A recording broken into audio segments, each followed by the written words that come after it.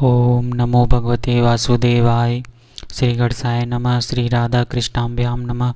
श्रीमद्भागवत महापुराण प्रथम स्कंद छठा अध्याय नारद जी के पूर्व चरित्र का शेष भाग।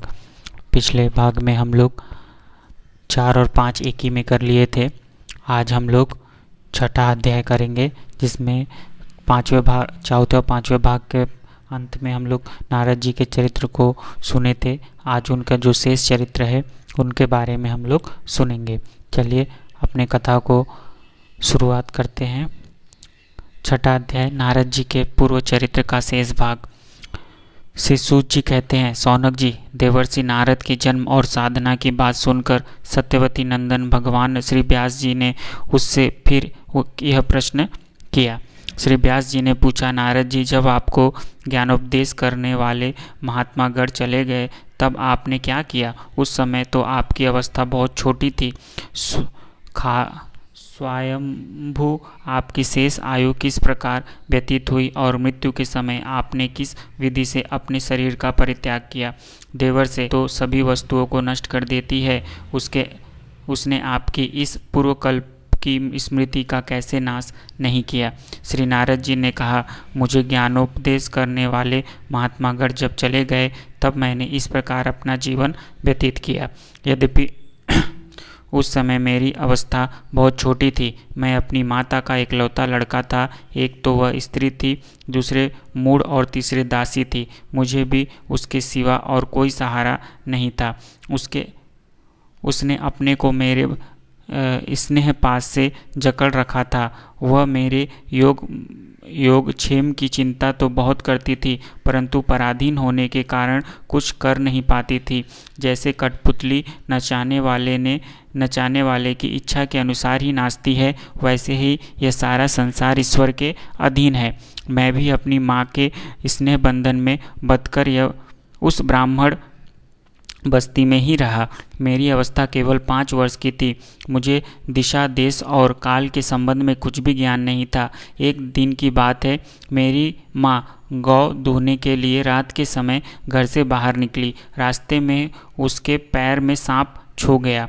उसने उस बेचारी को डस लिया। उस सांप का क्या दोष?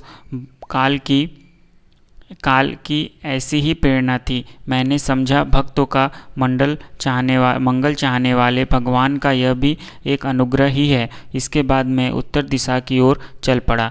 उस ओर मार्ग में मुझे अनेकों धन धान्य से संपन्न देश, नगर, गांव, अहीरों की चलती फिरती बस्तियां, खाने खेड़े, नदी और पर्वतों के तटवर्ती पहाड़, वाटिकाएं, वन उपवन और रंग बिरंगी धातुओं से युक्त विचित्र पर्वत दिखाई पड़े। कहीं कहीं जंगली वृक्ष थे जिनकी बड़ी बड़ी शाखाएं हाथियों ने तोड़ डाली थी। शीतल जल से भरे हुए जलाशय थे जिनमें देवताओं के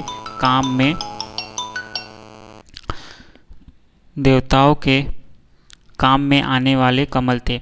उन पर पक्षी तरह तरह की बोली बोल रहे थे और भौरे मंडरा रहे थे। यह सब देखता हुआ मैं आगे बढ़ा। मैं अकेला ही था। इतना लंबा मार्ग तय करने पर मैंने एक घोर गहन जंगल देखा। उसमें नरकट, बांस, सेंठा, कूस, कीचक आदि खड़े थे। उसकी लंबाई चौड़ाई भी बहुत थी और एक सांप, उल्लू, सियार आदि भयंकर जीवों का घर हो रहा था। देखने में बड़ा भयावना लगता था। चलते चलते मेरा शरीर और इंद्रियां शिथिल हो गई। मुझे बड़े जोर की प्यास लगी। भूखा तो था ही। वहाँ एक नदी मिली। उसके कुंड में मैंने स्नान, जलपान और आचमन किया। इससे मेरी थकावट मिट गई।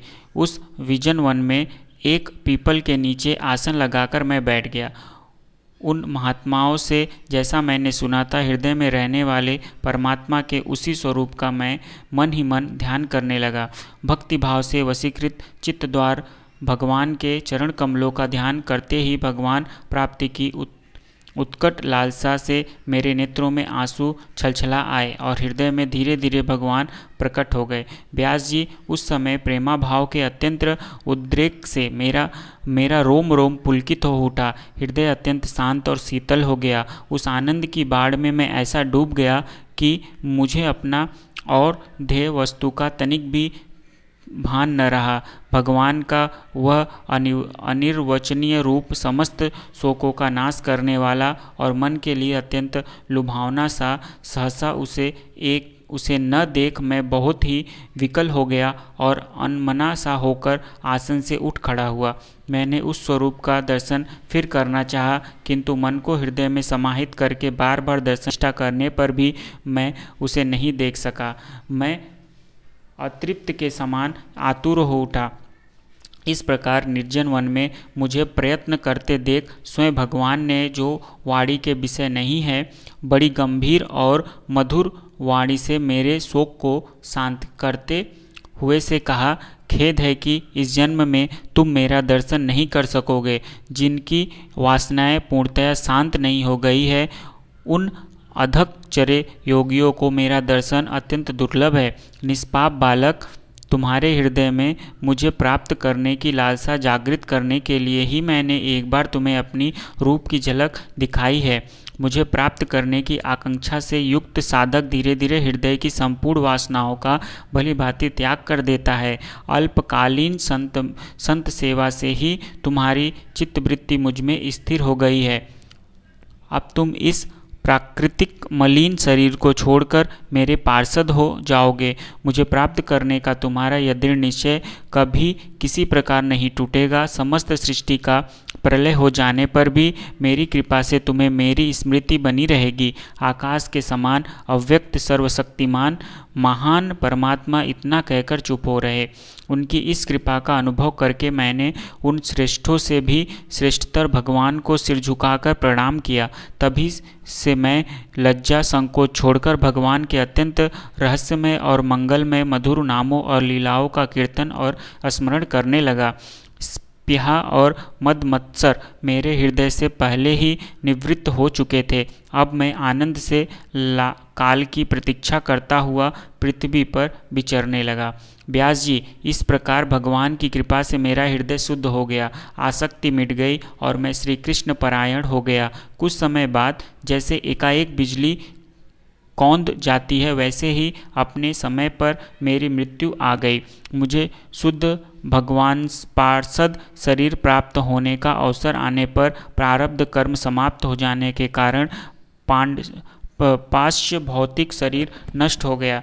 कल्प के अंत में जिस समय भगवान नारायण के कारणों प्रलयकालीन समुद्र के जल में शयन करते हैं, उस समय उनके हृदय में शयन करने की इच्छा से इस सारी सृष्टि को समेटकर ब्रह्मा जी जब प्रवेश करने लगे, तब उनके श्वास के साथ मैं भी उनके हृदय में प्रवेश कर गया। एक सहस्त्र चतुर्युगी बीत जाने पर जब ब्रह्मा जगे और उन्होंने सृष्टि करने की इच्छा की, तब उनकी इंद्रियों से मारीची आदि ऋषियों के साथ मैं भी प्रकट हो गया। तभी से मैं भगवान की कृपा से वैकुंठ धाम आदि में और तीनों लोकों में बाहर और भीतर बिना रोक टोक विचरण किया करता हूँ। मेरे जीवन का व्रत भगवान भंजन अखंड रूप से चलता रहता है।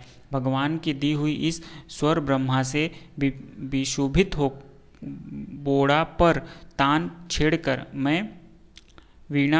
छेड़कर मैं उनकी लीलाओं का गान करता हुआ सारे संसार में विचरता हूँ।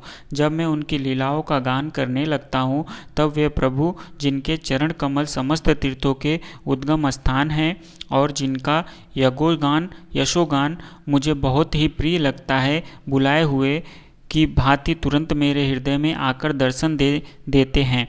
जिन लोगों का चित्त निरंतर विषय भोगी की कामना से आतुर हो रहा है, उनके लिए भगवान की लीलाओं का कीर्तन संसार सागर से पार जाने का जहाज है। यह मेरा अपना अनुभव है।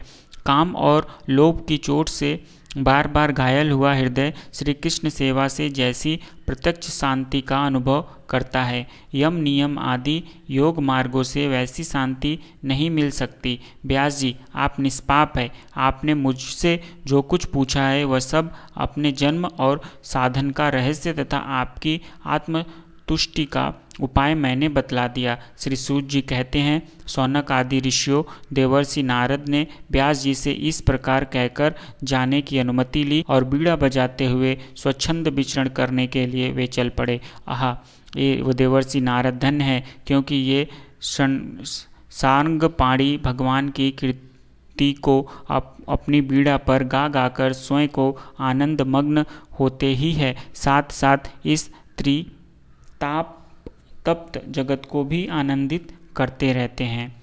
प्रेम से बोलो राधे राधे, जय श्री कृष्ण। आज यहीं तक। नेक्स्ट में हम लोग 7वां अध्याय अश्वत्थामा द्वारा द्रौपदी के पुत्रों का मारा जाना और अर्जुन के द्वारा अश्वत्थामा का मान मर्दन को सुनेंगे। राधे राधे।